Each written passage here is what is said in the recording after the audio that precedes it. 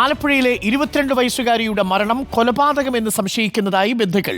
പെൺകുട്ടിയുടെ ശരീരത്തിൽ ധാരാളം മുറിവുകൾ ഉണ്ടായിരുന്നതായി ആസിയയുടെ ഉമ്മ പറഞ്ഞു. പോലീസിൽ പരാതി നൽകാൻ ഒരുങ്ങുകയാണ് പെൺകുട്ടിയുടെ ഉമ്മയും കുടുംബവും. സത്യം എന്താണെന്ന് അറിഞ്ഞാൽ മാത്രം മതി എനിക്ക് ഇതിനകത്ത്. എനിക്ക് സത്യം തെളിഞ്ഞേ പറ്റും. ഞാൻ അവർ പറഞ്ഞതാണ് വിശ്വസിച്ചത്. അമ്മായിയമ്മയും എൻ്റെ മരുമോനും പറഞ്ഞതാണ് ഞാൻ വിശ്വസിച്ചത്. പിന്നെ ഞാൻ അവളെ കാണുമ്പോഴേ അറിയുന്ന അവളെ മുഖത്തൊക്കെ മുറിവുണ്ട്, നല്ല മുറിവുണ്ട്. ഇവിടെയൊക്കെ മുറിവ്, ഇവിടെയൊക്കെ മുറിവുണ്ട്. കണ്ണിൻ്റെ മേളിൽ മുറിവുണ്ട്, താടിക്കൊക്കെ മുറിവുണ്ട്. എന്ത് സംഭവിച്ചതെന്ന് അറിഞ്ഞില്ല. ആദ്യം പറഞ്ഞു ഗുളിക കഴിച്ചെന്ന്, പിന്നെ പറഞ്ഞ് കെട്ടി തൂങ്ങിയതാണ്, പിന്നെ പറഞ്ഞു ബാത്റൂമിലാണ് കെട്ടി തൂങ്ങിയെന്ന്. അതെന്ത് സംഭവിച്ചെന്ന് അറിഞ്ഞില്ല. പിന്നെ അമ്മായിയമ്മ പറഞ്ഞു ബെഡിനടുത്ത് കുത്തിയിരിക്കുമായിരുന്നു പറയുന്നു, ശ്വാസം മുട്ടലുണ്ടായിരുന്നു പറയുന്നു. ഇതൊന്നും നോക്കില്ല.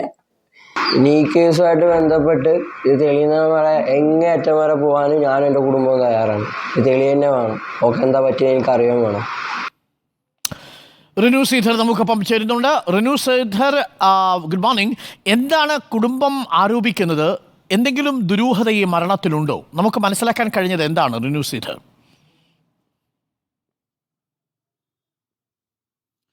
Good morning Arunkumar. കഴിഞ്ഞ ദിവസമാണ് ആലപ്പുഴയിലെ ലജ്നത്ത് വാർഡിൽ ഭർത്താവായ മുനീറിന്റെ വീട്ടിൽ കിടപ്പുമുറിയിൽ ആസിയെ തൂങ്ങി മരിച്ച നിലയിൽ കണ്ടെത്തുന്നത്. തുടർന്ന് ആശുപത്രിയിലേക്ക് കൊണ്ടുപോകുന്നു. പോലീസ് ഇൻക്വസ്റ്റ് നടപടികൾ പൂർത്തിയാക്കുന്നു. പോലീസിന്റെ പ്രാഥമിക ഒരു അന്വേഷണത്തിൽ ഇതൊരു ആത്മഹത്യയാണ് എന്നുള്ളതാണ് കണ്ടെത്തിയിരുന്നത്.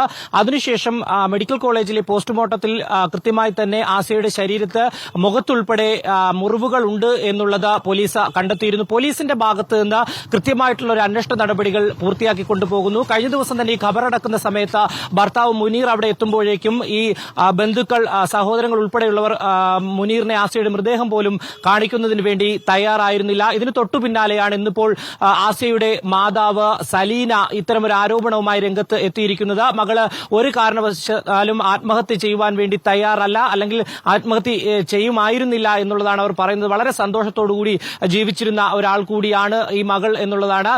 നേരത്തെ തന്നെ മകളുടെ ഒരു ആത്മഹത്യാ കുറിപ്പ് ഇൻസ്റ്റാഗ്രാമിൽ, അതുപോലെ തന്നെ പേപ്പറിൽ എഴുതിയ ആത്മഹത്യാ കുറിപ്പും വീട്ടുകാർ കണ്ടെത്തി പോലീസിന് നൽകിയിരുന്നു. ഇതിൽ 4 മാസം മുമ്പ് മരണപ്പെട്ടു പോയ പിതാവിനൊപ്പം താൻ പോകുന്നു എന്ന് ഇംഗ്ലീഷിൽ എഴുതിയ ഒരു കുറിപ്പ് മാത്രമാണ് പോലീസിന് ലഭിച്ചത്. ഇത് ആസിയ തന്നെയാണോ ഇൻസ്റ്റാഗ്രാമിൽ പോസ്റ്റ് ചെയ്തത്, അല്ലെങ്കിൽ ആസിയ തന്നെയാണോ ഈ കുറിപ്പ് എഴുതിയത് എന്നുള്ളത് പോലീസ് അന്വേഷിക്കുന്നുണ്ട്. എന്തായാലും ആസിയയുടെ ബന്ധുക്കൾ, അതുപോലെ തന്നെ മാതാവും വലിയ രീതിയിലുള്ള ചില ആരോപണങ്ങളുമായിട്ടാണ് ഇപ്പോൾ രംഗത്തെത്തിയിരിക്കുന്നത്.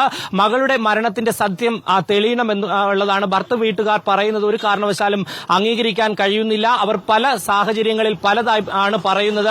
അതുകൊണ്ട് തന്നെ ഇതിൽ കൃത്യമായ ഒരു അന്വേഷണം വേണമെന്നുള്ളതാണ് ആസിയയുടെ മാതാവ് സലീനയും അതുപോലെ തന്നെ സഹോദരൻ അബ്ദുള്ളയും പറയുന്നത്. അല്പസമയത്തിനകം തന്നെ ഇവർ കായംകുളം സ്വദേശിയാണ് ആസിയ.